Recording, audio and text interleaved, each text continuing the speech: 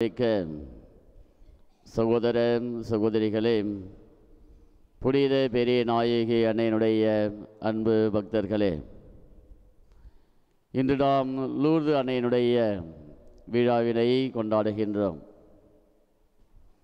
1858 ஆண்டு பிப்ரவரி மாதம் 11ஆம் தேதி பிரான்ஸ் நாட்டில் இருக்கின்ற லூர்து நகரிலே மசபியில் குகையிலே அன்னை மரியாள் முதலாக காட்சி கொடுத்தார்கள். எனவே அந்த ஒரு விழாவை இன்று நாம் சிறப்பாக கொண்டாடி கொண்டிருக்கின்றோம். மாறாக ஒரு முறை மட்டும் பிப்ரவரி மாதம் 11ஆம் தேதி மட்டுமல்லாமல் தொடர்ந்து 18 முறை அன்னை மரியாள் அங்கே ஆடு மேய்த்து கொண்டிருந்த சிறுமிகளுக்கு தொடர்ந்து காட்சி கொடுத்தார் என்பது ஒரு வரலாற்று உண்மையாக இருக்கின்றது.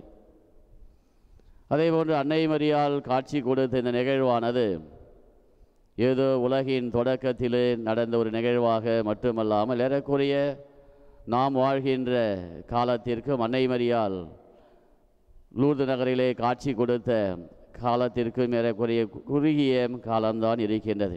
எனவே நாம் வாழ்கின்ற காலங்களிலே அன்னை மரியாவுடைய பிரசன்னம் இருந்திருக்கின்றது என்று பார்க்கின்ற பொழுது அது நாம் அனைவருக்கு ஒரு மகிழ்ச்சியான நாள். எனவே தான் அந்த நாளினை இன்று நாம் சிறப்பாக கொண்டாடி கொண்டிருக்கிறோம். எனவே அன்னை மரியாளை நாம் இன்று போற்றுவதற்கும் அகில உலகம் அனைத்தும் அன்னை மரியாளை போற்றி புகழ்ந்து கொண்டிருப்பதற்கும் காரணம் என்ன என்று பார்க்கின்ற பொழுது அதனை அன்னை மரியாள் அந்த காட்சியின் பொழுது சிறுமிகளுக்கு வெளிப்படுத்தினார்.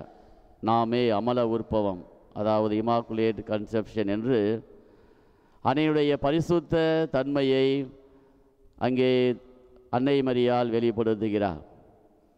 அதாவது கபிரியேல் வானதூதர் அன்னை மரியாளுக்கு தோன்றிய பொழுது கூறிய வார்த்தைகள் அருள் நிறைந்த மரியே வாழ்க. அதாவது அன்னை மரியாளை பற்றி நாம் அதிகமாக சொல்ல வேண்டுமென்றால் அருளால் நிறைந்த அருள் என்றுதான் சொல்ல வேண்டும். எனவே அதற்கு மேல் அன்னை மரியாளை நிரப்புவதற்கான அருள் எதுவுமே கிடையாது. அந்த அளவிற்கு அருளால் நிறைந்தவராக இருப்பவள் தான் அன்னை மரியாள். எனவே அருள் நிறைந்த அருள் என்று நாம் சுருக்கமாக சொல்லலாம்.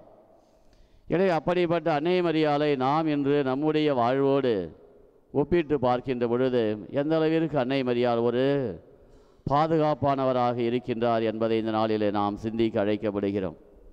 அதாவது நாம் வாழ்கின்ற இன்றைய காலகட்டத்தில் நம்முடைய போக்குவரத்திற்காக பல்வேறு வாகனங்களை பயன்படுத்துகிறோம்.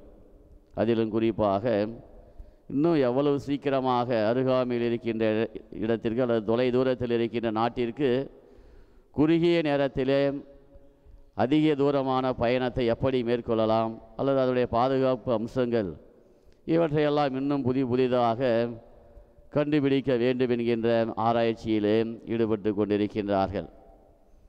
ஏறக்குறைய அன்னை மரியாள் நம்முடைய இந்த மண் உலக வாழ்வாக இருந்தாலும் சரி, விண்ணகம் நோக்கிய பயணமாக இருந்தாலும் சரி, அனைத்திற்கும் ஒரு பாதுகாப்பான ஒரு பயணத்தை நமக்கு துணையிருப்பவள் தான் அன்னை மரியாள். எனவே அன்னை மரியாளை எவர் ஒருவர் இந்த மண்ணுலகிலே நம்புகின்றாரோ அவர் இந்த மண்ணுலக வாழ்விலே அனைத்து அருள்வரங்களையும் நிறைவாக பெற்றுக்கொள்கிறார்.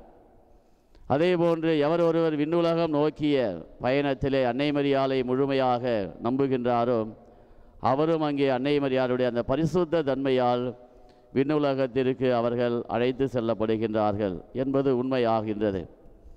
எனவே இந்த மண்ணுலக வாழ்விலே அன்னை மரியாளை நம்பியவர்கள் அனைவரும் முழுமையான ஒரு வாழ்வினை பெற்றுக்கொள்கின்றார்கள். அதோடு மட்டுமல்லாமல் அன்னை மரியாளுடைய பிரசன்னத்தில் நாம் இருந்தாலே போதும், அவர் நம்முடைய தேவைகளை நிறைவேற்றுகின்றார்.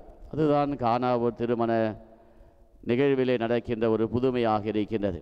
எனவே அங்கே கானாவூர் திருமணத்திலே அவர்கள் தங்களுடைய தேவைகளை அன்னை மரியாளிடத்திலோ அல்லது ஆண்டவர் இயேசுவிடத்திலோ அல்லது ஆண்டவர் இயேசுடைய சீடர்களிடத்திலோ அவர்கள் சென்று முறையிட இல்லை. மாறாக அங்கே அன்னை மரியாளின் பிரசன்னத்தில் அந்த நிகழ்வு நடந்து கொண்டிருக்கின்றது.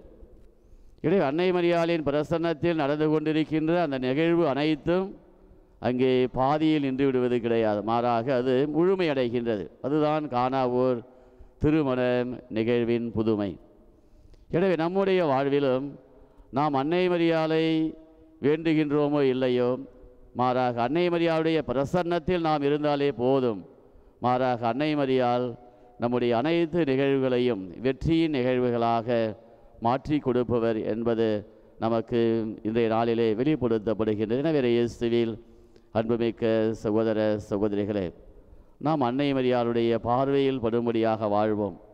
அவருடைய பிரசன்னத்திலே நம்முடைய செயல்பாடுகளை செய்வோம். அப்பொழுது இறைவன் நாம் வேண்டுகின்றோமோ விரும்புகின்றோமோ இல்லையோ, மாறாக அன்னை மரியாள் அதனை மனமிறங்கி ஆசீர்வதித்து நமக்கு முழுமையாக பெற்றுக் கொடுப்பார் என்கின்ற சிந்தனையோடு தொடர்ந்து ஜெபிப்போம். ஆமீன்.